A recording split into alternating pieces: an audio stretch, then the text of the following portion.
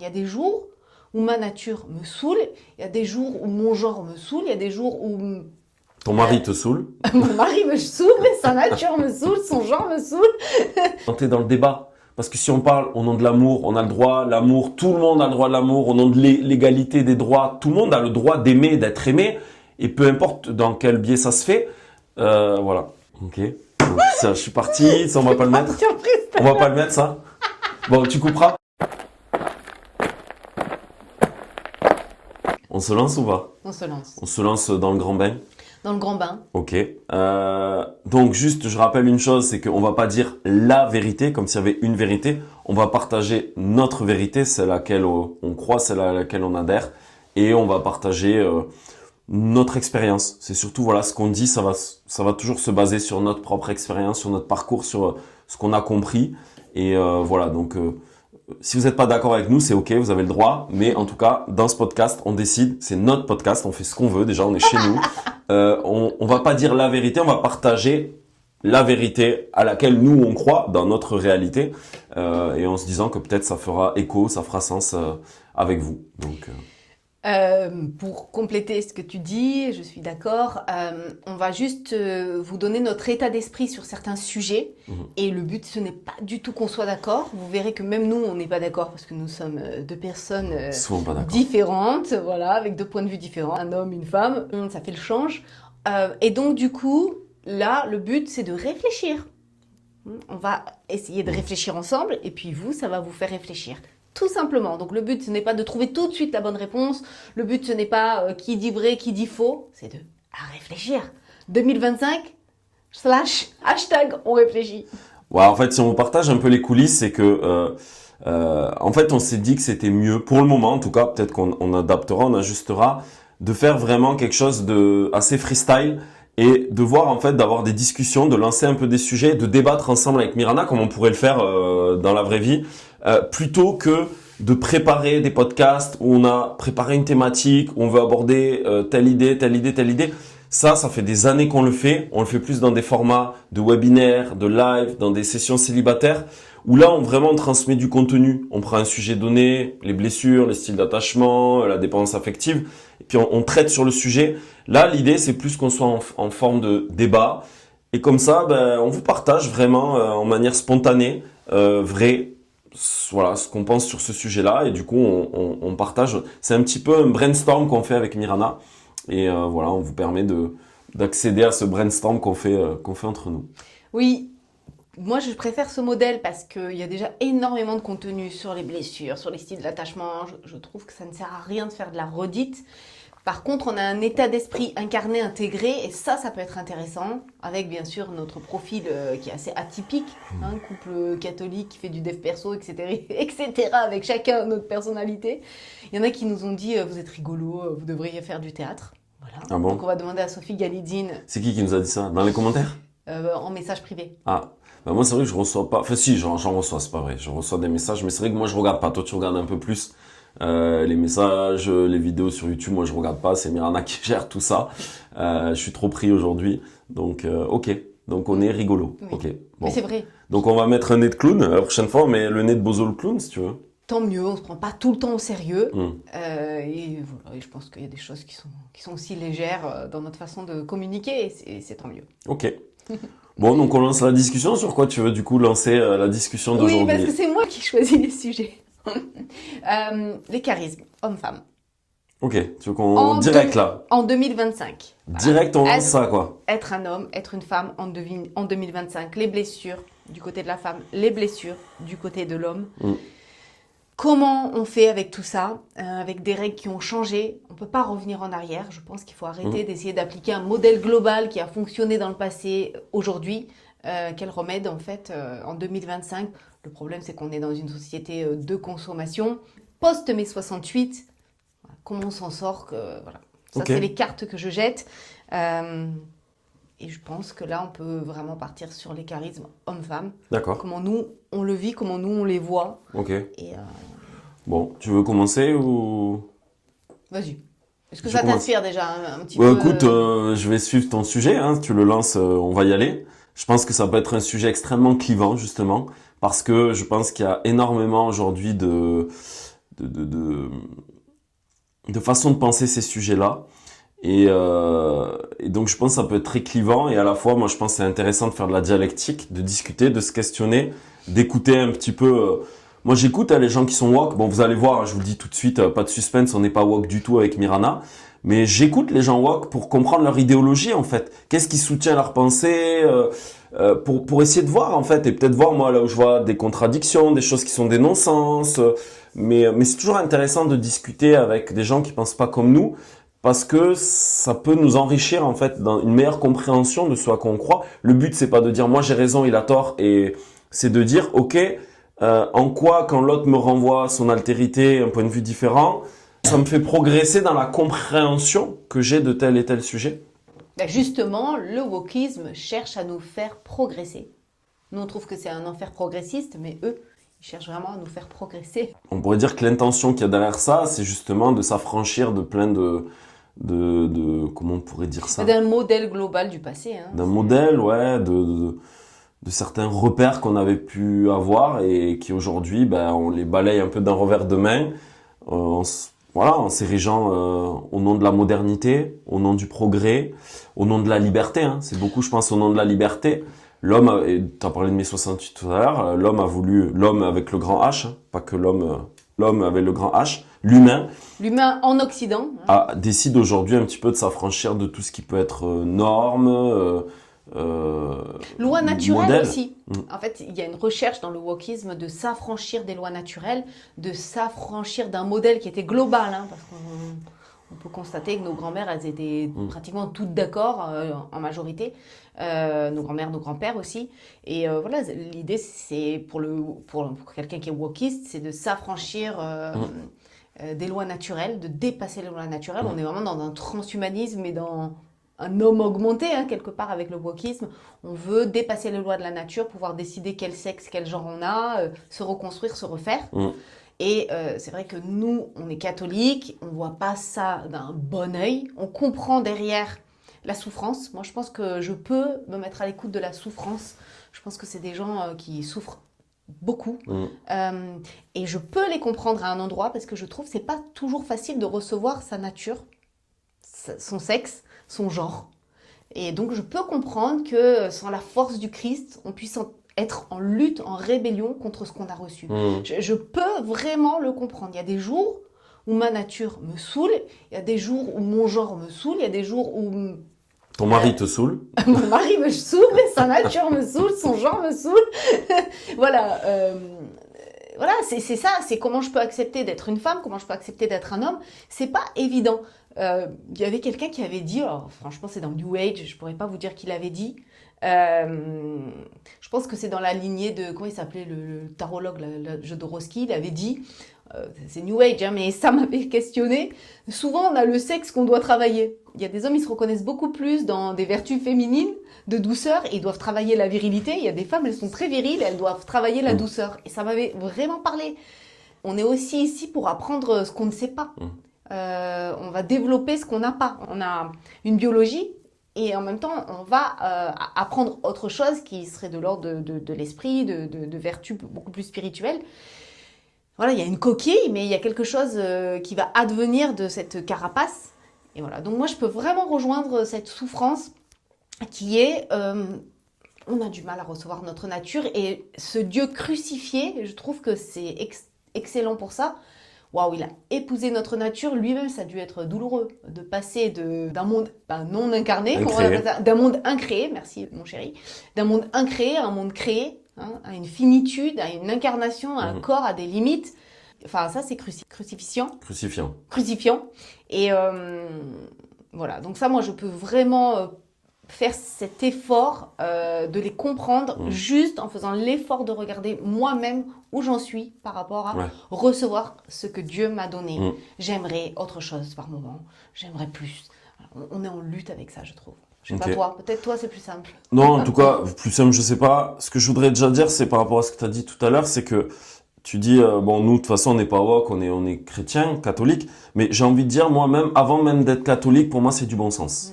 Donc avant tout, ce qui m'amène à dire ce que je dis, c'est même pas tant ma religion et la vision de l'homme que j'ai dans l'anthropologie chrétienne, c'est un bon sens paysan.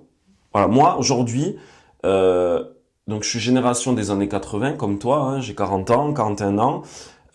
J'ai baigné un peu dans cette culture, c'était pas encore, on parlait pas de wokisme il y a 15 ou 20 ans, mais ça tendait vers ça déjà. Et moi, j'ai eu beaucoup d'expérience du couple. Donc, d'abord, j'ai baigné là-dedans, un petit peu dans cette idéologie ambiante. Moi, j'ai pas eu d'éducation chrétienne, j'ai pas eu toutes ces injonctions, l'homme ça doit être ci, la femme ça doit être ça. J'ai pas eu ces injonctions-là. Et j'ai vécu le couple dans cette espèce de modernité. Et en fait, de par mon expérience du couple, je me suis aperçu qu'en fait, qu'on le veuille ou non, qu'on veuille nier ou non, il y a des règles ontologiques. Ontologique, c'est un mot qui fait savant, ça nous, du coup on a l'impression qu'on est intelligent. C'est juste qui définit l'être, l'être, la nature de la personne.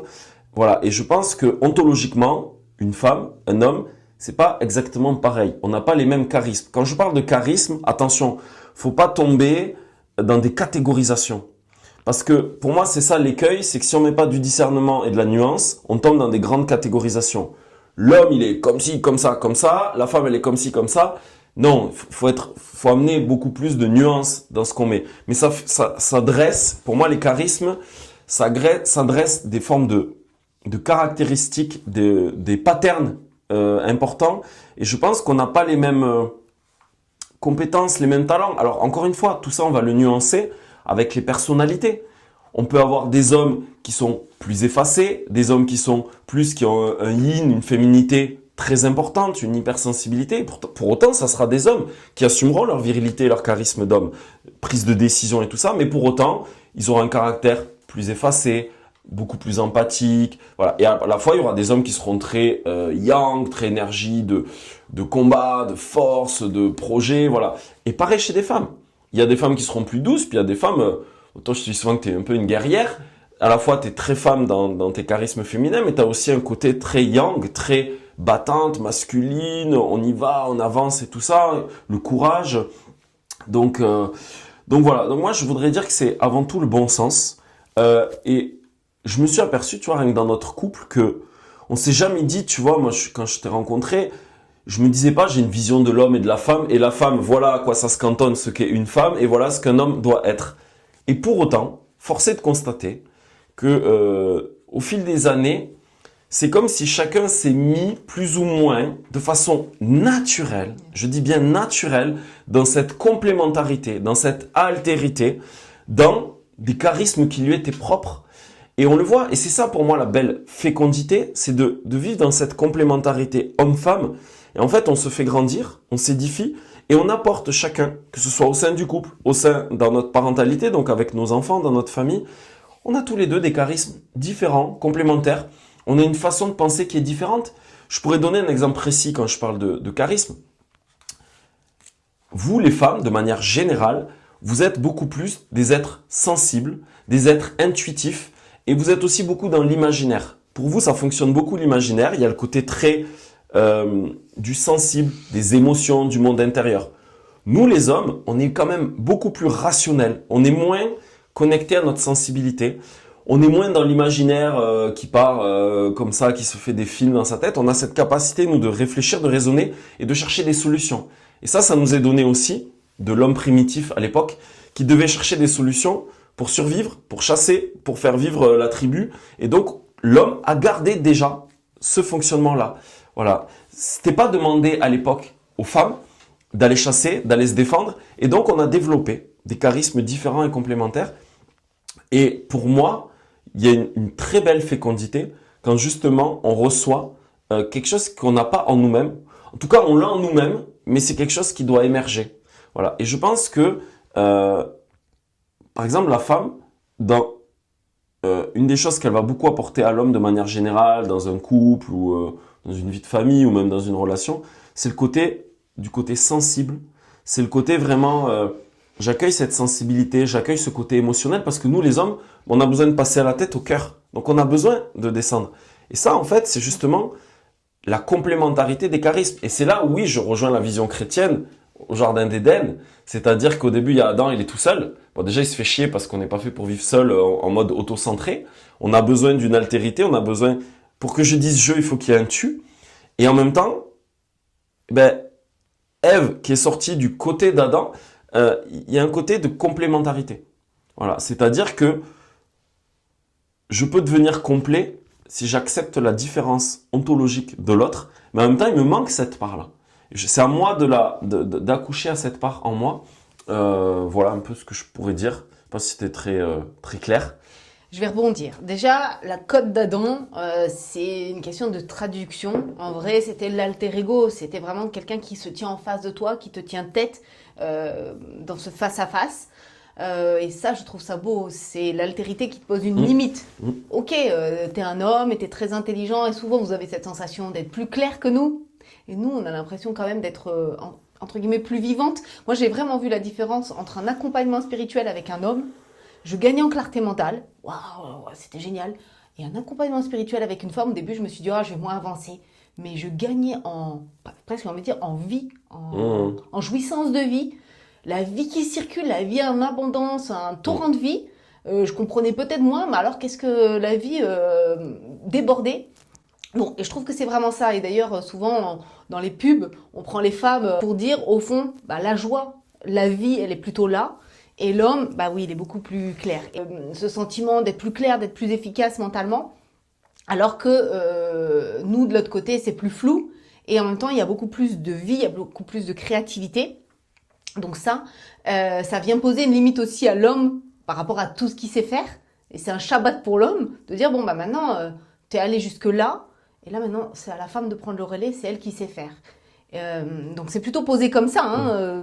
Si on regarde les Écritures, c'est pas la femme qui reçoit l'homme, c'est l'homme qui reçoit la femme. C'est l'homme qui reçoit une altérité, qui dit voilà, un vis-à-vis qui aussi te sort de toi-même et qui arrête ton charisme là, tes compétences là. Donc ça. Ensuite, je reviens sur cette idée que c'est pas forcément évident de recevoir sa nature et d'accepter les lois naturelles. Et l'air de rien.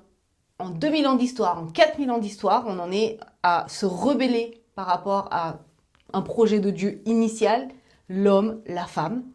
Il n'y a pas que les wokistes, il y a aussi mai 68, les femmes qui ont voulu rentrer dans l'enfer progressiste, entre guillemets, mais qui ont voulu s'émanciper, atteindre une indépendance financière, rentrer dans une compétition professionnelle, comment on appelle ça, oui, rentrer dans une progression, avoir une progression dans leur carrière.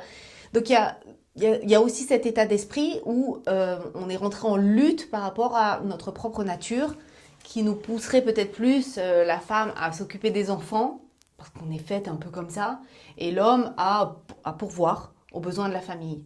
Et en même temps, on se rend compte qu'il y a des limites à rester figé dans ça, parce que, je ne sais pas, moi par exemple, quand je garde mes enfants, je ne suis pas faite pour la solitude. Enfin, rester seule à la maison avec des enfants, c'est pas possible. Une femme, elle est hyper sociale. Elle a besoin de parler avec les voisines, elle a besoin de soutien de sa communauté. Donc cette solitude, l'homme la supporte beaucoup mieux qu'une femme, qui a besoin de beaucoup plus parler. Donc ça va pas. Il y a des choses... voilà, il faut vraiment les repenser parce que si on reste figé sur la femme reste à la maison, elle va être malheureuse. Elle n'est pas faite pour la solitude. Enfin, il y a très peu de femmes, je pense, qui sont capables de rester complètement seules à la maison. Les hommes ont ce côté beaucoup plus solitaire, je pense. Je pense que ça fait partie vraiment des charismes féminins. C'est que la femme, c'est un être de lien, c'est un être social qui a besoin en fait d'ailleurs même on le voit dans un foyer, c'est elle qui fait en sorte que les membres du foyer ou les gens qui viennent quand on invite des gens se sentent bien. Et c'est un rôle très féminin et c'est vrai que la femme c'est un être social. Nous les hommes on est plus des êtres d'action, de réalisation. Donc nous on est plus en réflexion de projet, de faire, d'agir et vous c'est d'être. Vous êtes beaucoup plus dans l'être en fait, dans justement j'ai besoin d'être en lien, j'ai besoin... La femme aussi, elle est, et d'ailleurs on le voit parce que c'est la femme qui donne la vie. La femme, elle a ce truc du don. Elle a quelque chose que si la femme ne se donne pas donc dans la relation, que ce soit amicale, familiale, la femme, elle a ce truc de donner, d'accueillir, en fait, d'accueillir la vie, donc de recevoir la vie et puis de donner en fait. Et ça, c'est vraiment pour moi, c'est quand même quelque chose qui est très, un charisme vraiment qui est très très féminin. Encore une fois. Quand je dis ça, ça veut pas dire que les hommes, on peut pas accueillir et recevoir. C'est juste que à la base, nous, c'est pas notre nos fonctionnements premiers d'être là-dedans. Nous, les hommes, on est beaucoup plus, moi je le vois, on est beaucoup plus dans la réalisation, dans les objectifs, dans la recherche de solutions, dans les stratégies. Un pragmatisme, voilà. On est très pragmatique. Donc voilà, et c'est là où il y a une belle complémentarité, voilà, que je trouve très intéressante. Et je rebondis, parce que petit à petit, je me rappelle de ce que tu as dit, parce que tu as dit beaucoup de choses en introduction. On s'est rendu compte naturellement que chacun a pris ses fonctions préférées dans la maison. Vraiment. Et un jour, c'était très drôle. Il y avait des choses à faire à l'extérieur. Oh, moi, ça me montait à l'intérieur, l'angoisse, le stress. Enfin, il y avait des choses à faire à l'extérieur et je sentais un stress monter de devoir les faire. Et toi, j'ai senti que, au contraire, c'était la bonne excuse pour aller dehors, pour te divertir. Partir, sortir, prendre l'air, bouger. Pour sortir, utiliser tes muscles, être dans ton corps, lâcher la tête, sentir ta puissance. Et là, je me suis dit, waouh, en fait, faire des choses à l'extérieur, moi, ça peut me stresser. Je sais pas, on va couper des branches, porter des choses lourdes. Je me dis, il faut les faire, mais voilà, ça me stresse. Lui, ça l'amuse. Il se sent complètement vivant. Et j'ai vu l'inverse. Il y avait 3 machines à faire tourner. Il y avait plein de choses à faire à l'intérieur de la maison. Je sentais que tu étais une cocotte minute. Tu explosais. Et là, moi, j'ai dit, ah non, moi, je vais les faire. Ça me fait du bien. Je ronronne avec la machine à laver. Voilà, j'ai l'impression de purifier la baraque. Et j'ai trouvé ça hyper drôle. Chacun a pris tranquillement ses charismes. Il y a des choses naturellement, voilà, que chacun a fait. Et bien sûr, je me dis, là, il y a un wokiste qui arrive et te dit, oui, mais alors pourquoi c'est la femme qui fait ça? Pourquoi c'est l'homme qui bricole? Mais moi, je lui répondrai, mais je vais pas me forcer à faire quelque chose pour répondre à ton idéologie et te faire plaisir. Parce qu'en fait, là, moi, c'est reposant pour moi de faire ça. Et en plus, je trouve que c'est très beau quand on se dit, allez, chacun ses tâches. Il peut y avoir une sorte d'admiration. Tu sais faire un truc que je ne sais pas faire, je sais faire des choses calmement, joyeusement que tu ne sais pas faire.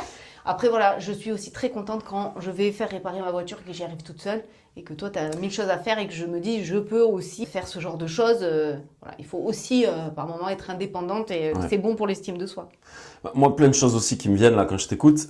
Déjà, pour moi, voilà, l'erreur qu'il pourrait y avoir, encore une fois, c'est toute une histoire d'intentionnalité de ce qu'il y a en fait dans le fond et dans le cœur.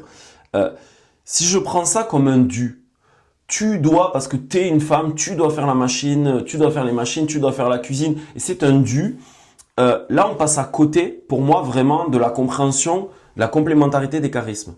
Voilà, et c'était l'écueil à l'époque. La femme, elle fait ça, et puis on arrêtait tout. Alors que là, je suis dans une gratitude, une reconnaissance, une admiration.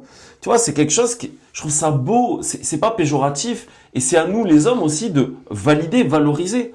De dire, mais merci ma chérie pour tout ce que tu fais pour nous, pour les enfants, mais c'est merveilleux, mais sans toi, on se sentirait pas comme on est bien dans cette maison, dans ce foyer. Voilà, donc par contre, si je fais en mode, t'es une femme, donc tu dois faire ça, donc c'est un dû, ben là, en fait, on est dans la captation de l'autre, et en fait, on reçoit pas l'autre dans ce qu'il est, dans ce qu'il donne. Et pour moi, ça, c'était l'écueil qu'il y avait à l'époque, c'est qu'on avait tellement formalisé ça. Donc voilà déjà ce que je voulais dire. Après, l'homme, il a vraiment ce mauvais penchant, hein, ça c'est les rabbins qui le disent, c'est la critique. Et donc quand la femme, elle met toute son énergie, toute sa force dans le foyer et que l'homme émet des critiques parce qu'il est fait comme ça et c'est vraiment son yetzer hara, c'est là qu'il doit travailler. La femme, c'est préserver la paix. D'ailleurs, on voit la critique, perte de paix du côté de la femme, etc. C'est vrai que il faut pas oublier que si une femme, elle est au foyer, pour un temps peut-être court, hein, ça peut être 6 mois en postpartum, ça peut être 1 an, ça peut être 2 ans, peu importe. Ça peut être à quelques moments dans sa vie. Eh bien, elle met toutes ses forces, toute son énergie dans la maison. Donc les critiques, c'est un peu toute sa vie qui s'effondre. Elle n'a pas de salaire, elle n'a pas de reconnaissance à ce moment-là, elle n'a pas de progression sociale, elle n'a pas de progression dans le travail, elle est pas en compétition avec des personnes dans sa société pour se dire, on m'a placé à tel poste. Donc, on peut dire ce qu'on veut, ce besoin de reconnaissance, il est complètement collé à la vie familiale, à la cellule familiale, à l'entreprise familiale.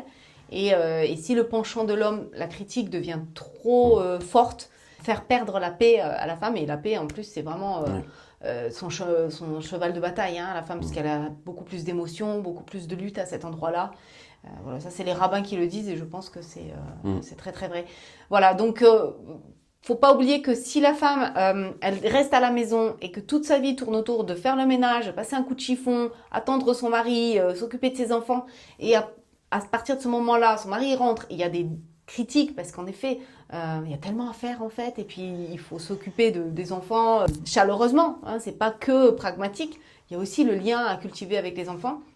Eh bien, la femme, c'est sûr qu'elle va se retrouver avec ce désir d'indépendance, de progresser, d'être reconnue, parce qu'on est hommes et femmes, on est fait pour créer, donner du sens à sa vie, développer ses passions, se nourrir intellectuellement, nourrir son esprit, se stimuler au niveau de la pensée, voilà, se stimuler intellectuellement. Donc voilà, je pense que c'est le petit bémol qu'on pourrait trouver. Et le risque, c'est de jeter le bébé à l'eau du bain. Donc c'est comment, en restant dans mon charisme, je peux me rendre la vie belle plutôt que de tout jeter à la poubelle. En plus, il y a une chose aussi, c'est qu'au niveau de la société, sur le regard de la société, aujourd'hui, c'est plus du tout valorisé, tu vois. Une femme qui peut rester au foyer pour élever ses enfants, pour s'occuper de sa famille, tu vois, c'est mieux de dire je suis cadre dans telle entreprise que de dire je suis mère au foyer, je m'occupe de 3 enfants. D'un point de vue sociétal. Ouais, ça dépend de ton entourage. Moi, j'ai l'impression qu'on a un entourage qui est pas du tout là-dedans. Oui, parce que nous, on s'est entouré de personnes qui partagent nos valeurs, notre vision des choses. Donc pour eux, c'est peut-être la plus belle chose qu'une femme, une mère puisse donner à ses enfants, c'est du temps, et c'est de pas les mettre à la crèche ou à la nounou au bout de 3 mois, et les balancer comme ça pour aller servir le capitalisme et faire un travail.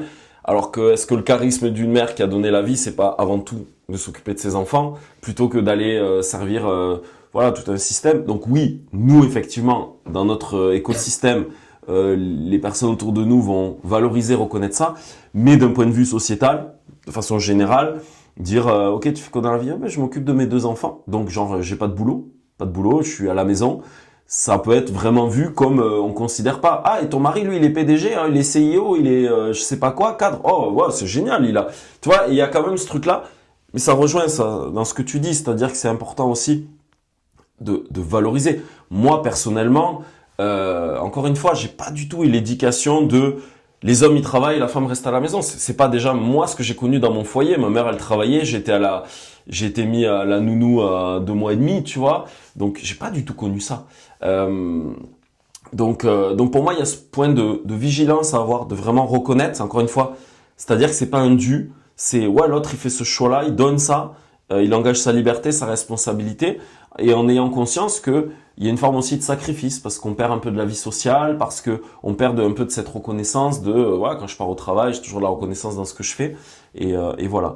Et le mari peut devenir le boss parce que la femme a cette tendance à vouloir être reconnue, à s'appuyer sur un autre, à être beaucoup plus fragile par rapport au regard qu'on pose sur elle. Et si le mari devient le boss, parce que de toute façon, il y aura un travail à faire de libération, mais c'est l'écueil.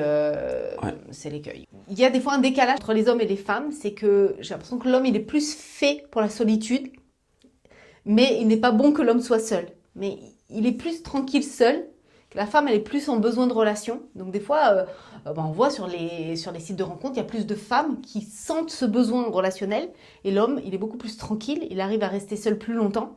Et c'est là que la Genèse est intéressante. C'est à un moment donné, Dieu dit il n'est pas bon que l'homme soit seul, mais l'homme, et je trouve que ça arrive comme ça dans le parcours d'un homme, l'homme rencontre son Isha, sa promise, au moment où il sent sa finitude, au moment où il sent l'ennui, au moment où il sent le besoin.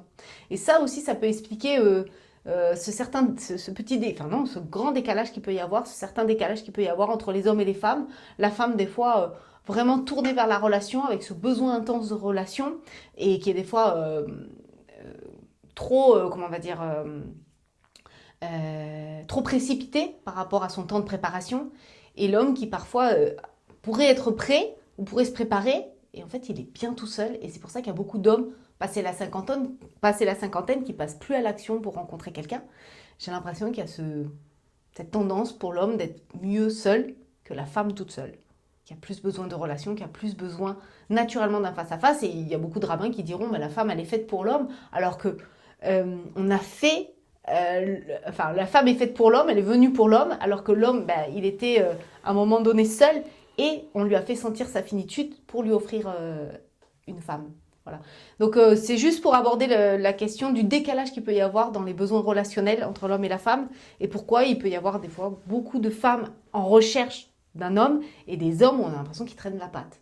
Je ne sais pas si tu peux dire la même chose sur les sites de rencontres, il y a beaucoup plus de femmes que d'hommes, Et on a l'impression que les hommes disent, bah bon, moi je suis tranquille, hein, franchement, j'ai pas besoin, je suis tranquille. Au contraire, ça va trop me sortir de moi, ça va me demander de me décentrer. Et j'ai pas envie en fait. Par contre, ils souffrent parce qu'ils n'ont pas eu d'enfants, parce qu'il y a une certaine réalisation qu'ils n'ont pas pu vivre.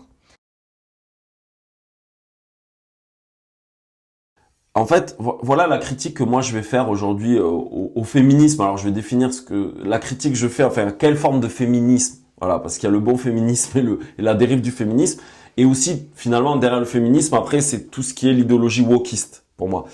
C'est-à-dire qu'il y avait cette nécessité d'une égalité des droits et des devoirs, l'homme envers la femme envers, voilà, une égalité de droits, que la femme puisse voter, que la femme ait les mêmes droits que les hommes, droits, parce qu'en tant qu'être humain, vis-à-vis de Dieu, moi je suis chrétien, mais même vis-à-vis de l'humanité, la femme, sa condition, elle vaut pas moins que celle de l'homme. D'accord? La femme vaut pas moins que celle de l'homme. L'homme, il n'est pas supérieur à la femme. Moi, j'ai pas cette pensée de penser que l'homme est supérieur et la femme, elle est inférieure. Non. Et la femme, elle est sacrée parce qu'elle donne la vie. Voilà. Donc, pour moi, c'était nécessaire, absolument nécessaire de rectifier ça et de faire valoir cette égalité de droit. Sauf que, donc, finalement, le mouvement féministe à la base, moi, je le soutiens à 3000%.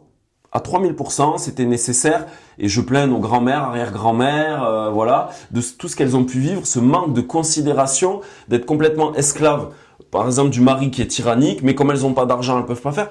Ça a amené des situations familiales, de couple et des existences qui étaient vraiment des croix, quoi, des vies où vraiment. Donc ça, moi je suis pas du tout là-dedans. Donc dans ce sens-là, la modernité, le progrès, je trouve que c'est très bien.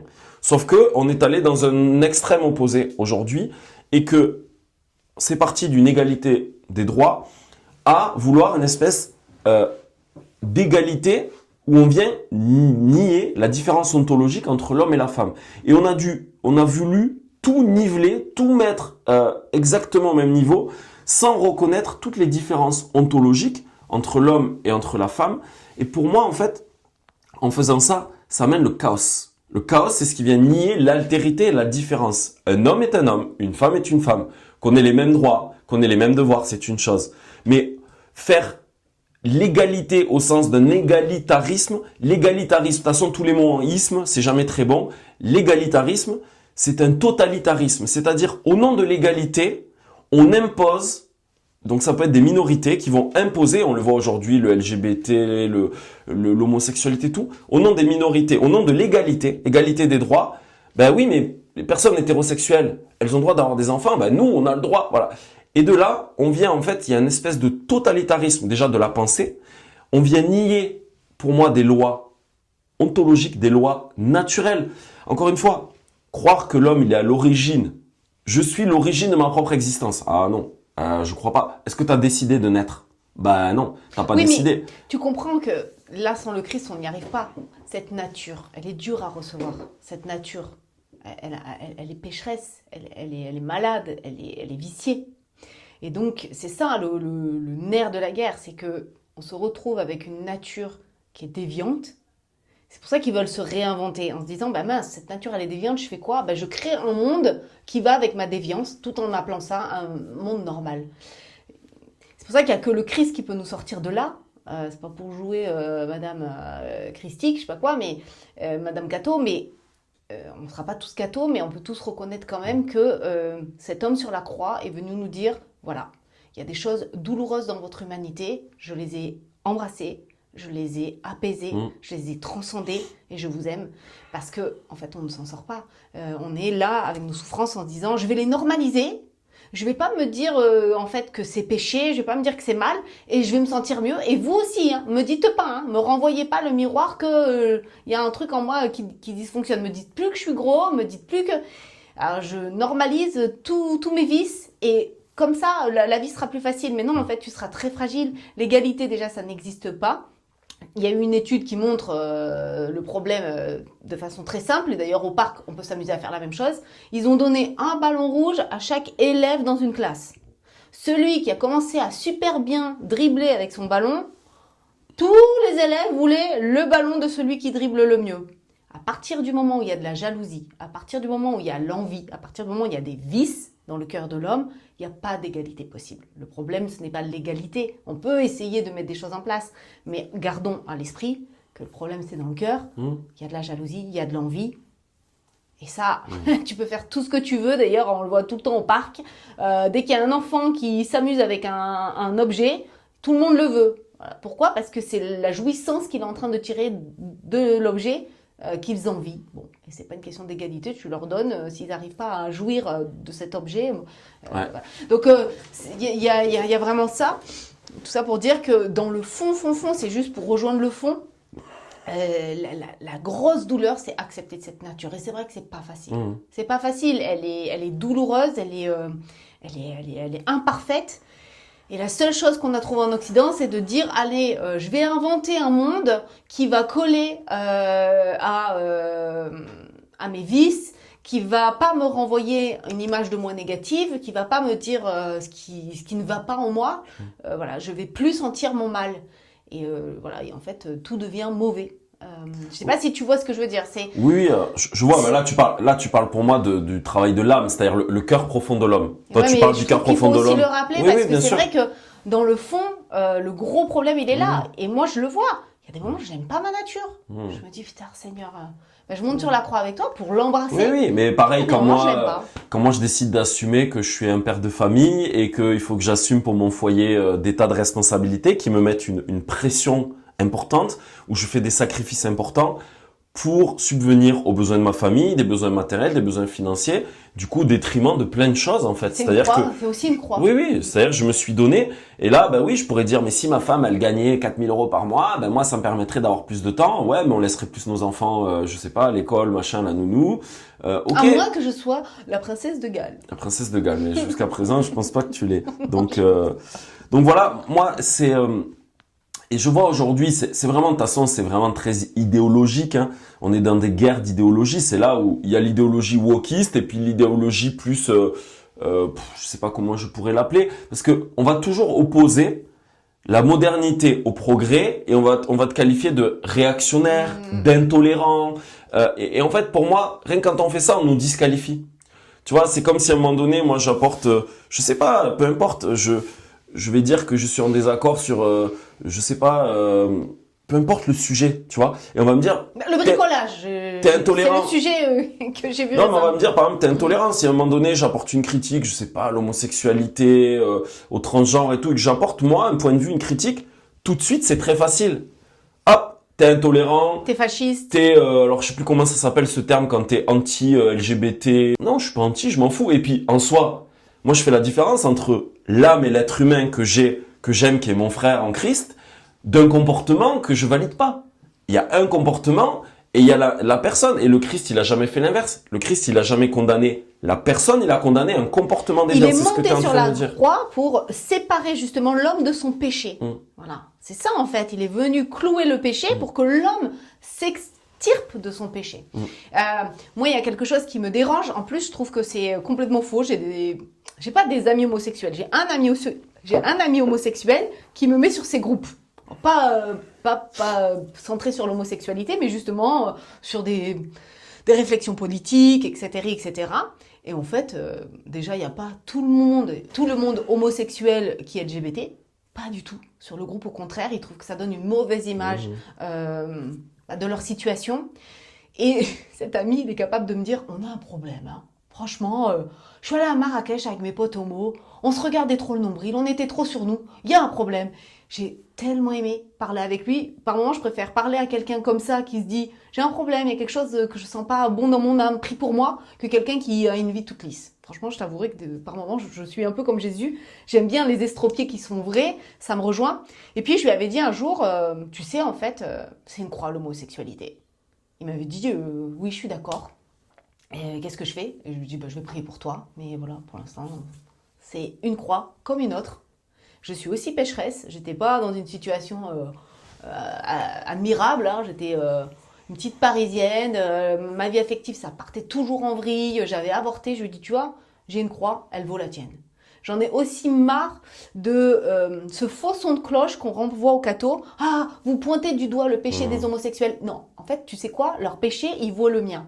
D'accord? Donc, chacun a sa croix. Donc, il faut arrêter de nous faire dire ce qu'on ne dit pas.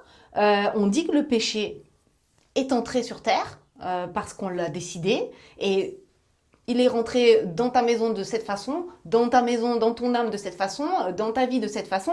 Et en fait, on est tous pécheurs. Et là, je suis un peu d'accord avec Denis Marquet, grand, petit pécheur, je ne sais pas. Parce qu'en fait, si on a reçu beaucoup de grâce et qu'on pêche, c'est très grave. Alors que quelqu'un qui a reçu peu de grâce et qui pêche, c'est grave, mais bon, il a moins reçu. Donc tout ça pour dire que je veux pas cette victimisation. Ah, les homosexuels, oui, c'est un péché. Comme moi, je suis pécheresse. Comme franchement, tu regardes ma vie, c'était pas glorieux. Et donc, on est tous dans le même bateau. On a tous des galères. Je trouve juste que je remercie l'Église qui dit on va pas se mentir. Voilà. Y a un truc qui tournait sur les réseaux sociaux qui disait il faut mieux se dire ouais, la masturbation, je lutte contre. Parce que je sais que c'est pas bon pour moi, plutôt que de se dire je lutte plus. En fait, allez, on va faire une loi pour autoriser la masturbation de partout dans la société, dans tous les lieux publics. Tu vois, c'est vraiment, on en vient à ça tellement qu'on veut plus lutter. On se laisse glisser et puis alors il faut que personne nous dise qu'on a glissé. Voilà. Bon, je vais dans la profondeur du truc parce que je trouve qu'on est tout le temps un peu en surface et même si j'aime beaucoup les débats politiques, des fois on n'est pas sur ce langage-là et je vois pas l'intérêt oui, parce de que passer à encore côté. une fois, c'est de la rhétorique. En tout cas, la politique, c'est un jeu politicien, c'est un débat d'idées, de concepts et on joue sur les mots. Et Non, en mais fait, il y en a qui sont très profonds mais qui peuvent pas parler de l'âme. Ils sont coincés dans un dialogue politique où ils peuvent pas lâcher un peu ouais, ces bien paroles sûr. métaphysiques. Ouais. Donc voilà. Qu'est-ce qu'on peut dire d'autre sur le... Non, voilà, c'est pour dire que c'est sûr que s'aligner à son charisme, c'est pas facile. Même si j'ai l'impression que tout ça, c'est un passage, après ça va s'envoler. Peut-être que par exemple, moi, dans ma nature, j'ai reçu plutôt un tempérament yang. La maternité m'aide à arrondir des angles. Mais au soir de ma vie, je serai, comment on va dire, complètement équilibrée. Enfin, j'espère, c'est ma prière, dans les deux. Je donne cet exemple vraiment qui est magnifique, c'est de la petite Thérèse de Lisieux. Un prêtre avait dit, on voit au début de sa vie, elle écrivait en italique parce que les femmes devaient écrire en italique, je crois côté gauche, pour signifier que c'était une écriture de femme et que donc c'était une femme qui écrivait, et les hommes en italique droit. Et elle, à la fin de sa vie, elle a écrit complètement à la verticale, et il disait, c'était pour dire que tout ça, c'était unifié, elle était autant virile que douce. Et c'est ça quand elle dit je veux t'aimer comme un petit enfant, je veux lutter comme un guerrier vaillant. Donc je pense quand même au soir de notre vie, on doit avoir les deux. On doit, dans l'espérance d'avoir les deux totalement équilibrés, d'être capable d'être guerrier et viril pour sauver son âme, et doux et tendre pour aimer les autres, même avoir une tendresse envers soi et envers Dieu. Ouais, bien sûr. Et moi, je sais que je me suis forgé mon opinion, si je peux le dire ainsi. Mon opinion, mon idée, ou voilà. À partir de différents domaines, c'est-à-dire le domaine religieux.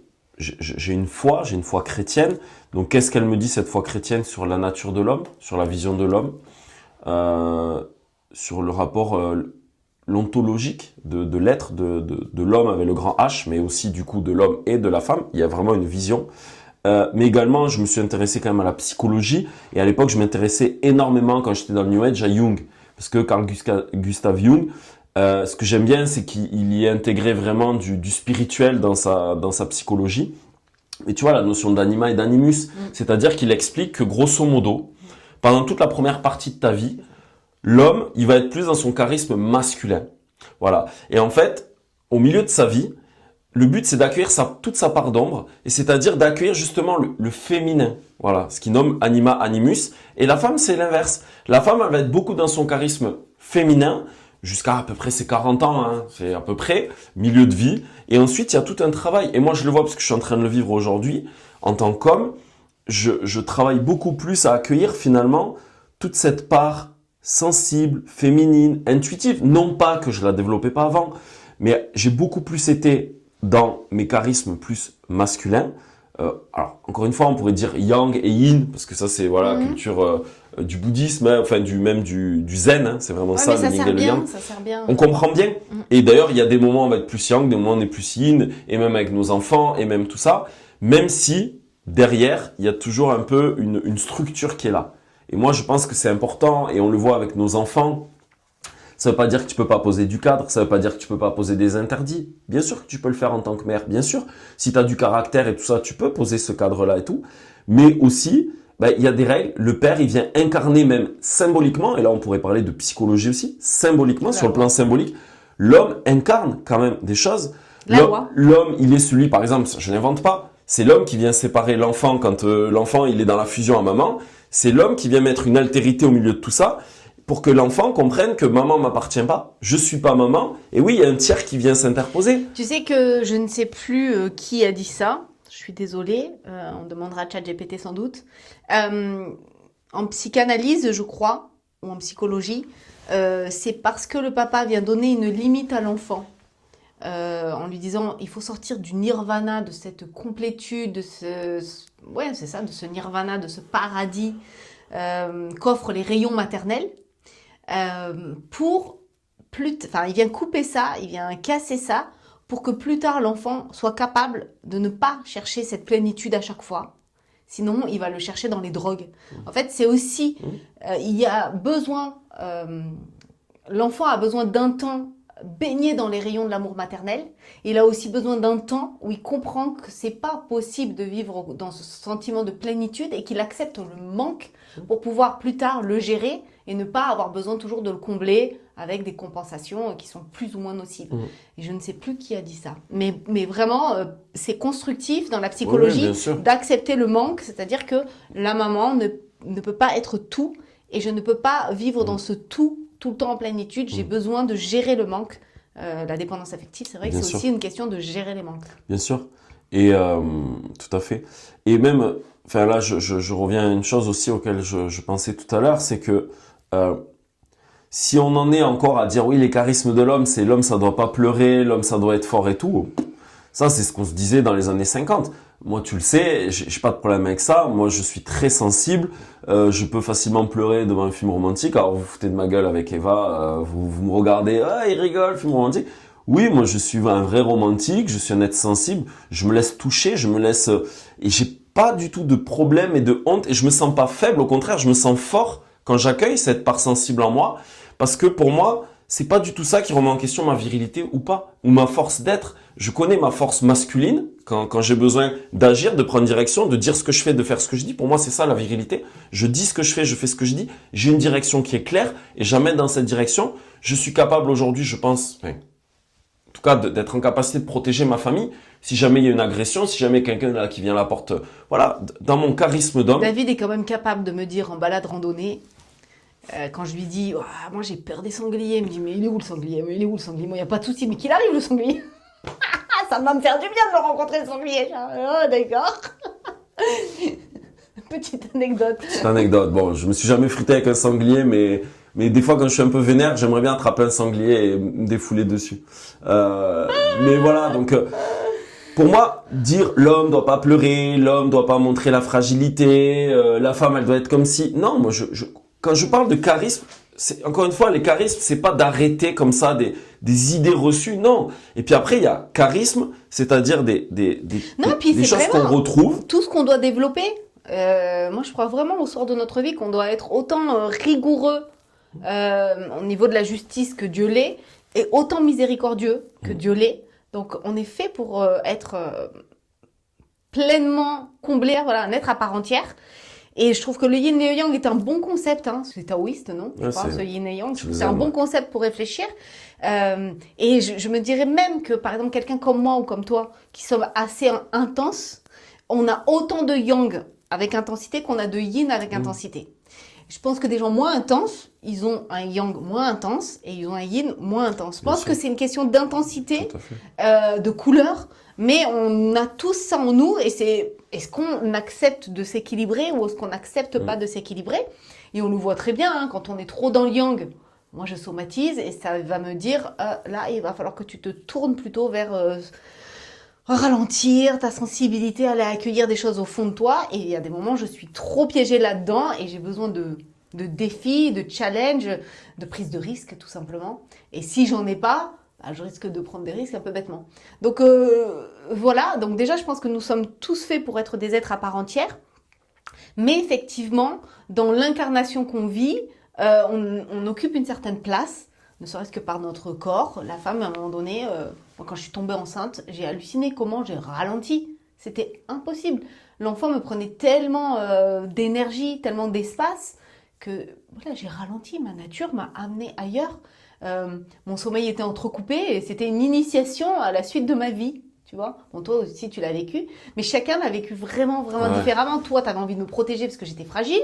Moi, j'avais envie de ralentir, de vérifier les fondations. Toi, tu avais envie de te propulser pour pour amener les choses au plus loin et pourvoir au mieux à la sécurité de la famille.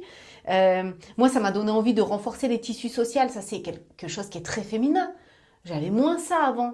L'envie de pouvoir avoir une petite communauté proche. On se soutient, parce que j'avais l'impression que ça renforçait le tissu social de la société, la confiance, le soutien mutuel. Toi, c'était différent. Et là, j'ai vu complètement des charismes naître. Et c'est pour ça que la nature fait bien les choses. La nature fait bien les choses. Après, c'est comment on adapte. On est dans une société où on est très isolé. Toi, tu comprenais pas pourquoi. Je répondais à mes copines via WhatsApp.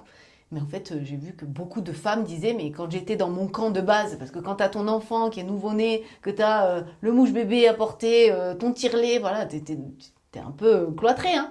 Ben, tu es contente d'avoir une copine qui vit la même chose que toi, puis on se soutient, à 4h du matin, je me suis réveillée, toi aussi, tu as ton petit message. J'hallucinais à quel point j'avais l'impression d'avoir ma tribu à côté. Bon, bah voilà, il y a des choses comme ça, tu ne les as pas comprises, mais c'était pas très grave, c'était juste... Franchement, au niveau de la nature, on ne pouvait pas se comprendre. Ouais. Toi, tu vivais un autre truc. Une chose que je vois là, que j'expérimente beaucoup aujourd'hui avec toi, mais vraiment, et comme j'ai eu plein d'autres expériences passées, ça me permet aussi de pouvoir un peu comparer. Mais forcément, il y a de la maturité qui vient avec l'âge, avec les expériences et tout ça.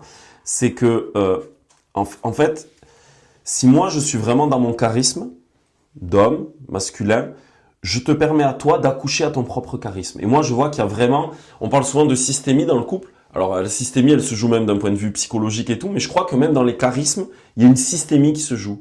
Si l'homme, il prend vraiment son rôle, qu'il apporte la sécurité au foyer, tu sais que tu manques de rien, tu sais que matériellement, tu sais que tu es protégé, tu sais que tu es rassuré, tu sais que tu peux compter sur ton homme, qu'il est là, qu'il te soutient, qu'il est présent et que tu peux t'appuyer sur lui, toi, ça te permet de beaucoup plus, en fait, aller dans ton charisme. Et pareil, moi en tant qu'homme, plus toi tu incarnes ton charisme de femme ou même de mère, pour que moi je sois mieux un père, ben en fait ça me permet moi d'accoucher, vraiment d'accoucher, de faire jaillir quelque chose qui est propre de mon charisme parce que toi incarnant le tien. Et c'est là où moi je trouve il y a vraiment l'intelligence de Dieu, l'intelligence divine, l'intelligence de la nature humaine, où en fait on s'édifie l'un et l'autre, on s'accouche l'un et l'autre, quand justement on incarne nos charismes. Et encore une fois, je le répète, je tiens à répéter, j'entends déjà les gens dire « mais non, c'est des conneries ».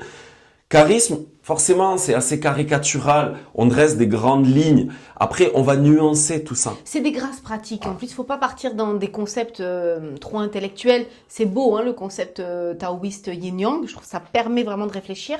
Mais ce sont des grâces pratiques. C'est-à-dire qu'il y a un moment donné, on reçoit certaines forces pour agir d'une certaine façon quand on est une femme et quand on est un homme. Il y a des choses qui sont beaucoup plus évidentes pour moi, beaucoup plus faciles pour moi dans la communication avec l'enfant que pour David, Et en fait, tout ça se fait très très naturellement. Le seul petit risque, c'est le manque de soutien, c'est le manque de reconnaissance, c'est les critiques, parce que chacun est dans un monde très différent. À partir du moment où le bébé arrive, pourquoi il y a un baby clash? Parce que justement, la nature reprend ses droits. La femme, elle a des sentiments propres à sa maternité et l'homme, il a des sentiments propres à sa paternité. Et là, la relation, elle bouge, oui, on vit pas elle la même tremble. chose. Nous, on a eu, entre guillemets, de la chance dans notre parcours, mais qui peut être aussi une malchance. Hein, on peut regarder les choses sous deux angles. C'est qu'on s'est rencontrés plus tard et du coup, on a eu des enfants très vite.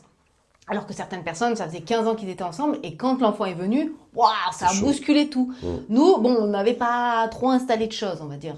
Ça a bousculé, mais bon, voilà, ça faisait pas longtemps qu'on était ensemble, donc on était en perpétuelle construction. Et en fait, voilà, c'est lié à notre nature. La femme a certaines inquiétudes, une certaine mission pour prendre soin de l'enfant, et l'homme, c'est tout autre. Et tu vois, deux choses que je voudrais dire déjà par rapport à ça, pour abonder dans ton sens, c'est que moi, je me suis jamais dit, moi, je suis un homme et donc j'ai envie de subvenir aux besoins de mon foyer parce que c'est comme ça que je vois la vision de l'homme. J'ai jamais été là-dedans. Mais en fait, ça s'est fait naturellement. encore une fois, naturellement, c'est-à-dire que si on est vraiment à l'écoute de ce qu'il y a dans notre cœur, moi je pense, je peux me tromper, mais ça rejoint vraiment mon expérience et mon vécu et ce que j'ai pu aussi observer autour de moi, c'est qu'en fait, on l'a dans notre cœur, comme c'est inscrit dans notre cœur, c'est dans notre ADN. En fait, qu'est-ce qui s'est passé? Je savais que tu étais enceinte, moi je me suis dit, ce que j'ai envie de pouvoir faire, c'est d'apporter suffisamment de ressources financières, matérielles, pour que toi, Mirana, si jamais au bout de 3 mois, 4 mois, tu es fatigué, tu as envie de garder ton enfant avec toi, on ne soit pas obligé de rentrer dans ce qu'on nous a imposé aujourd'hui, le capitalisme, il faut que les deux travaillent, parce que si les deux travaillent pas, on s'en sort pas, il faut 2 salaires pour vivre et tout ça, de me dire, je vais faire tout ce qu'il faut.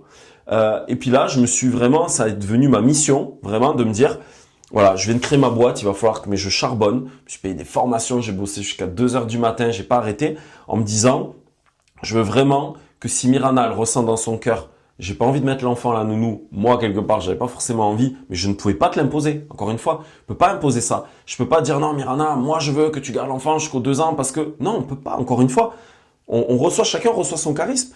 Et bien sûr que moi, au fond, dans mon cœur, quand tu as commencé à être enceinte, je me suis dit, franchement, je préférais que Mirana elle ait envie de garder l'enfant avec elle que le mettre à la nounou. Au bout de 3 mois, on balance l'enfant à la nounou, on n'assume pas notre rôle. Et voilà. Et moi, ça m'a mis finalement, de manière pas volontaire et réfléchie, dans, ok, ben en fait, j'ai reçu ça de ce charisme et aujourd'hui, on le vit encore comme ça. Et en fait, ce qui est génial, c'est que pour moi, je te permets aussi d'avoir cette liberté, entre guillemets, de faire ce choix. Après, je t'ai jamais imposé, il faut pas que tu retravailles et tout. Mais on voit bien que d'assumer juste la réalité qui nous est donnée, c'est-à-dire 2 enfants en bas âge, on a quand même envie de s'en occuper, de leur donner de l'amour, de l'affection, qu'ils soient à la maison, qu'ils soient avec papa, maman, sans non plus les couper du monde, parce que c'est quand même un beau lieu de résilience, l'école, la vie en communauté. Il y a des apprentissages, on apprend la vie sociale. Moi, j'ai pas envie d'en faire des enfants complètement marginaux. Donc déjà par rapport aux femmes qui laissent l'enfant au bout de 3 mois chez la nounou, déjà ça donne souvent un grand sentiment de culpabilité. Et je trouve que en même temps il y a des femmes qui le font bien si elles gardent cette fonction vraiment enveloppante. C'est-à-dire que à partir du moment où on reprend le travail, on peut repartir dans ce côté plus guerrier et perdre ce côté enveloppant. Et en même temps, si la femme, elle sait ce qu'elle fait et sait pourquoi elle le fait, et que c'est pour le meilleur, pour la famille, pour tout le monde, elle le fait avec amour et donc elle garde ce côté enveloppant et ce sentiment de culpabilité peut casser sa maternité. Ce qui compte, c'est vraiment de rester toujours enveloppante, maternante et de confier l'enfant avec ce prolongement maternel plutôt qu'avec culpabilité. Donc, parce qu'on ne sait jamais, on peut être très fatigué, on peut avoir besoin de soutien, enfin voilà, il y a mille situations, donc voilà, déjà beaucoup de délicatesse, parce que c'est jamais évident déjà de confier son enfant, enfin bref, voilà. Donc ça, et voilà, c'est vraiment, la maternité, c'est les rayons d'amour maternel qu'on donne à son enfant, et il y en a, enfin, même moi, je me suis pris la tête par certains moments, on a l'impression que l'allaitement, c'est un rayon maternel beaucoup plus puissant que le biberon. Et il m'est arrivé de donner le biberon et de mettre toute ma chaleur et toute ma disponibilité, de me dire c'est la même chose que par moment t'en peux plus, t'allaites, il fait froid, t'es pas bien installé. Enfin, voilà, ce qui compte c'est aussi tout cet amour qui passe, peu importe la forme. Je le dis parce que moi ça a été vraiment salvateur pour moi de comprendre ça. Et puis il y a un moment donné où faire garder l'enfant ou accepter qu'il y ait une petite séparation, c'est juste pour tout le monde. C'est-à-dire que si on doit aider son mari pour gagner 3 thunes, enfin voilà, ce qui compte, c'est vraiment qu'est-ce qui est le mieux pour tout le monde. Donc ça, mais voilà, c'est sûr qu'il y a beaucoup de mamans qui disent 3 mois c'est trop tôt, je souffre. Voilà, dans plein de partages que j'ai avec des mamans, c'est une déchirure et c'est très très douloureux et par moments elles n'ont pas le choix. Oui, tout ça, ça demande. Oui, après j'ai été très cash et radical. Dans mon côté, j'étais très radical, mais après je peux bien sûr nuancer. Tout ça demande du discernement, demande de voir du cas par cas. Ça demande une situation. Des fois, on peut pas se permettre. Il y a des femmes, c'est une déchirure pour elles, mais elles peuvent pas se permettre. Financièrement, ils peuvent pas. Et puis parfois aussi, c'est finalement, je suis tellement fatigué là, à gérer mon enfant la nuit à pas dormir, que c'est aussi une soupape de retourner au boulot. Si mon boulot n'est pas trop challengeant. Et puis, ça me fait sortir de ce truc parce que je fais presque une dépression là, être que maman. Parce que donc, la maternité, la maternité, il y a des femmes qui me disent, moi j'ai la sensation de tourner en rond. Je commence des tâches, je les finis pas. Je commence des tâches dans la maison, je les finis pas. Mon mari il passe derrière, il me dit que je finis pas les choses. Alors moi, j'ai d'autres défauts, mais j'ai ce côté triangle qui fait que bon, au bout d'un moment quand même ça avance. Après, voilà, mon mari dirait que je suis pas la fille qui range tout carré. Voilà, c'est pas Tu pas mon ranges talent. rond, chérie. Hein? Tu ranges rond, c'est tout. Voilà, je range rond. Voilà, Voilà. c'est exactement ça. J'ai pas un état d'esprit hyper carré. Je suis ronde, c'est vrai. Et en fait, ça, c'est trop de féminité. Enfin, trop de yin. C'est-à-dire que tu tournes en rond, tu passes un chiffon, tu fais un autre truc et il te manque la prise de risque, il te manque le côté yang, il te manque de sortir de toi-même. La femme aussi, elle a besoin de ça. Moi, je sais qu'en postpartum, il y a des moments où j'avais besoin de prise de risque. Je me suis mise à la crypto, je ne sais quoi, parce que j'avais besoin de ce côté, voilà, prise de risque, nouveauté, élan, dynamisme, et continuer d'apporter quelque chose intellectuellement, une réflexion, des solutions, etc., etc. Bon, je suis comme ça, mais il n'empêche que je constate qu'il y a beaucoup de femmes qui sont beaucoup plus douces, beaucoup plus rondes que moi et qui se perdent en se disant mais mon mari me dit t'as commencé t'as pas fini ça et moi je sais plus où j'en suis, je tourne en rond, je tourne en rond. Et voilà, ça c'est le gros souci quand on est justement quelque part trop dans son charisme et c'est des mamans au foyer et voilà, elles se perdent un peu dans la matière, dans l'attente de l'extérieur, voilà, quand les enfants vont revenir, quand mon mari sera là, d'être complètement centré sur ce qui va se passer pour les autres et moins pour elle, moins je sais pas comment dire, à avoir de saines occupations, à nourrir son esprit, à développer ses passions, à stimuler son intellect, tout ça. Donc ça me semble vraiment quelque chose que j'entends souvent, des femmes qui ont ce sentiment de tourner en rond, d'être désorganisées. Pour moi, ça, c'est excès de yin. Prends des risques, vas-y. Et d'ailleurs, ces femmes, elles me disent, oh, ben, je prends pas la voiture, je vais pas à tel endroit. Ben, voilà. Là, elles se sont vraiment terrées dans... c'est pas une facilité, mais voilà, l'homme pourvoit et je suis tombée dans mon yin, quoi. Voilà. Là, pour moi, c'est too much. Je crois que plus j'avance dans mon expérience humaine, plus je crois, je vois, j'observe. Et même, j'ai pu voir des pleins de couples où, par exemple, des couples qui dysfonctionnaient vraiment au niveau de la systémie du couple. Parce que, par exemple, l'homme n'assumait pas son rôle d'homme, donc sécurisait pas son foyer. Et sécuriser, ça peut être financier, ça peut être au niveau émotionnel, au niveau psychologique. Et en fait, l'homme qui n'était pas en fait cette espèce de socle, de fondation solide sur lequel on sent qu'on peut s'appuyer, ben en fait, du coup, le couple était extrêmement fragilisé. Et beaucoup de conflits et beaucoup d'émotions que pouvaient éprouver donc les femmes avec qui je discutais, je voyais que ça allait pas bien dans leur couple et tout ça, parce qu'en fait, l'homme, pour moi, n'était pas à ce moment-là dans son charisme. Donc, toute la systémie du couple dysfonctionnait. Forcément, si on n'est pas à la bonne place, la systémie, c'est vraiment une histoire de place. Donc, si je suis à la bonne place, le système, il tient bien. Si à un moment donné, il y en a un qui joue pas son rôle, qui est pas à la bonne place, qui prend pas pleinement sa responsabilité, ben en fait, ça dysfonctionne. Quand un homme n'arrive pas à pourvoir, généralement, ça le fait souffrir. C'est là qu'on vérifie la nature. Ça nous est arrivé dans notre entourage d'avoir des amis hommes qui n'arrivaient pas à pourvoir aux besoins de leur famille. Quand tu touches le sujet, généralement, ils te disent « Attends, c'est touchy ». Voilà. Parce que, quelque part, leur nature se révolte contre eux. C'est-à-dire que leur conscience leur dit mince, t'es pas en train d'investir ta place et la femme est en train quelque part de trop en faire. Elle va pourvoir, elle va materner, c'est trop. Par exemple, un écueil dans lequel moi je suis beaucoup tombé, comme j'ai dit tout à l'heure, moi je suis plutôt un garçon quand même très sensible, très empathique, tout ça. Et en fait, il m'est arrivé par le passé, par mes relations passées, des fois de me noyer dans des verres d'eau dans mes relations passées.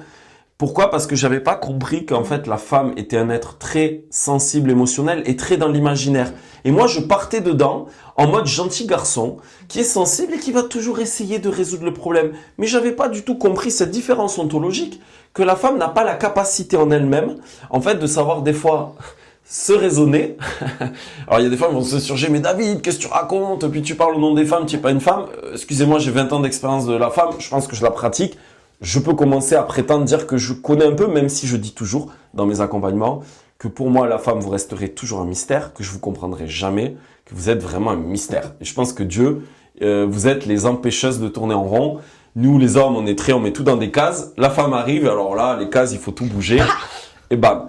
Donc, ce que je veux dire par là, c'est que moi, j'ai vécu plein de fois, des centaines, des milliers de fois, des situations où, d'un petit truc, d'un petit déclencheur, comme moi, à un moment donné, je rentrais dedans et j'en discutais, j'essayais de raisonner, d'aller dans l'émotionnel, d'essayer de comprendre, on se noyait dans des verres d'eau.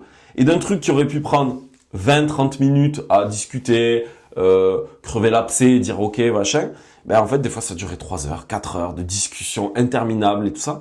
Et en fait, j'ai compris, et ça, c'est une personne qui, à l'époque, m'avait accompagné, dont je tairai le nom pour garder l'anonymat, qui m'a dit, mais David, en fait, comprends que la femme, et là, elle m'avait vraiment donné une clé de compréhension du charisme féminin.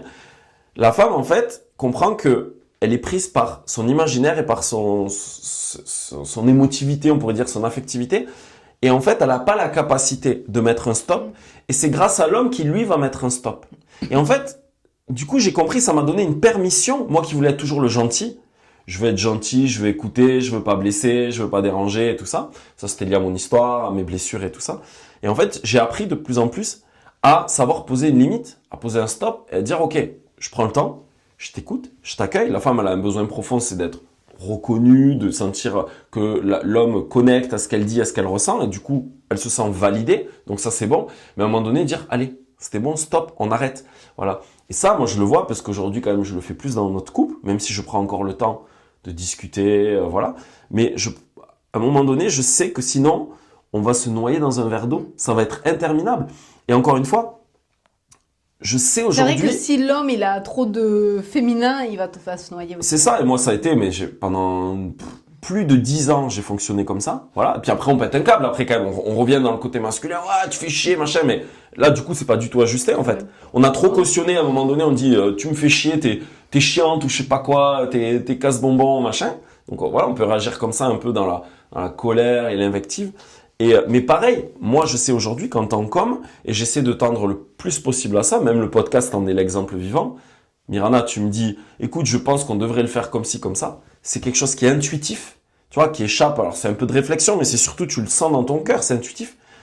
J'accueille cette intuition que tu as et j'accueille ce truc-là.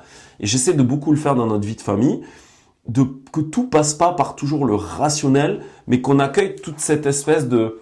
on dit la femme, c'est la sentinelle de l'invisible. C'est cette connexion au divin. Je pense que vous avez une vraie connexion au divin.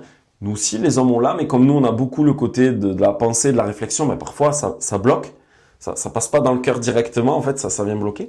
Pour moi, il y a aussi ce fait de pouvoir accueillir toute cette sensibilité. Et je pense que nous, les hommes, on se doit, et c'est un vrai travail pour les hommes, parce que ça oblige en fait un décentrement. C'est-à-dire que c'est pas notre fonctionnement habituel. C'est là que Ève est sortie de la côte d'Adam, du cœur d'Adam, qui est un face à face. C'est ça. Voilà, à la fois on est de la même glaise, et à la fois on est un vis-à-vis pour l'homme qui le sort de lui-même. C'est ça. Et je pense que encore une fois, il y a une énorme fécondité entre le charisme homme et le charisme femme. La femme permet à l'homme d'être encore plus homme, mais aussi dans sa féminité, puisqu'il reçoit de la femme tout ce qu'il doit accueillir dans son être. Encore une fois, si je suis capable d'accueillir ma femme dans tout ce qu'elle est, forcément j'accueille ces parts de ce qu'elle est dans mon être à moi, dans mes cellules. Hein. C'est ça qu'il faut comprendre. Donc la femme, Mirana, toi aujourd'hui, tu me fais accoucher à moi-même d'une certaine manière. Et moi, je te permets d'accoucher à toi-même. Voilà. Et c'est en ça que je peux apporter une critique à l'homosexualité. Encore une fois, on pourrait dire l'homosexualité, chacun est libre de faire ce qu'il veut de sa sexualité. En soi, c'est un choix, une orientation sexuelle. Chacun est libre d'avoir une sexualité. Je suis un homme, j'ai une sexualité avec un homme et je choisis de vivre avec un homme et d'avoir une sexualité avec un homme. Ok. Mais pour moi, c'est ça que je vais surtout, ce que je vais apporter, c'est que oui, mais on passe à côté vraiment de cette altérité, l'alter ego de l'homme et la femme. Du coup, on prend un autre homme. Alors oui, il peut être très différent de nous parce que chaque personne, elle est unique. Chaque personne est unique. Donc, on va rencontrer un homme qui a notre personnalité, notre caractère, notre vécu. Très bien. Oui, mais il doit y avoir quelque chose de plus Et dans facile. ce sens-là, on peut dire, est-ce qu'il y a une complémentarité? Bah oui, il y a une complémentarité. Oui, mais pas totale. Pas biologique et pas au niveau de spirituel. Voilà, c'est ça. Et là, pour moi, c'est là où on rate la cible, c'est là où on passe à côté, je pense, vraiment, je pense, mais encore une fois, je sais qu'il y a des gens qui vont s'ériger contre ce que je vais dire, mais je l'assume. Encore une fois, je ne juge pas. Je pense pas qu'une personne qui est homosexuelle ou autre vaut moins que moi, arrêter sa vie est moins féconde. Non, c'est pas ça que je dis. Moi, je m'occupe juste de ma propre existence aujourd'hui. Je suis pas là pour juger les autres. Par contre, je peux avoir une idée sur cette question-là et de me dire, possiblement, la personne, peut-être, elle passe à côté d'un appel dans son cœur, dans ce qui est inscrit dans son cœur. Et après, je m'aperçois aussi qu'il y a souvent beaucoup d'explications très psychologiques dans l'homosexualité. Il y a plein de psys qui disent ça. Alors aujourd'hui, on valide, c'est une norme, c'est devenu une norme et c'est OK. Mais il y a plein de psys et moi je le vois quand même. Moi j'ai eu des personnes dans ma famille et dans mes proches. J'ai beaucoup côtoyé beaucoup de personnes homosexuelles. Donc je veux dire, je suis pas un mec, ah t'es homo, on crée pas de lien. J'ai pas de problème avec l'humain que tu es. Je n'ai pas de problème avec l'humain que tu es. Moi je fais une vraie distinction entre le faire et l'être, entre le comportement et la personne. Pour moi c'est deux choses complètement différentes. C'est le comportement avec lequel je suis pas forcément en adéquation. Maintenant toi, en tant qu'être humain, je t'aime. Pas de problème. J'aime ce que t'es, j'aime ta personne, j'aime tes valeurs. Voilà. Mais pour moi, voilà, c'est là où rater la cible, c'est qu'on passe à côté de ce que je viens de décrire là. Et encore une fois, on va me dire, oui, alors déjà on va parler des normes, oui, mais on fait ce qu'on veut et tout. Puis au nom de l'amour, amour au sens affectivité. Et c'est là où pour moi, on va se planter dans le débat. Parce que si on parle au nom de l'amour, on a le droit, l'amour, tout le monde a le droit de l'amour, au nom de l'égalité des droits, tout le monde a le droit d'aimer, d'être aimé. Et peu importe dans quel biais ça se fait, voilà. Ok. Donc, ça, je suis parti, ça on va pas le mettre. On va pas le mettre ça. Bon, tu couperas.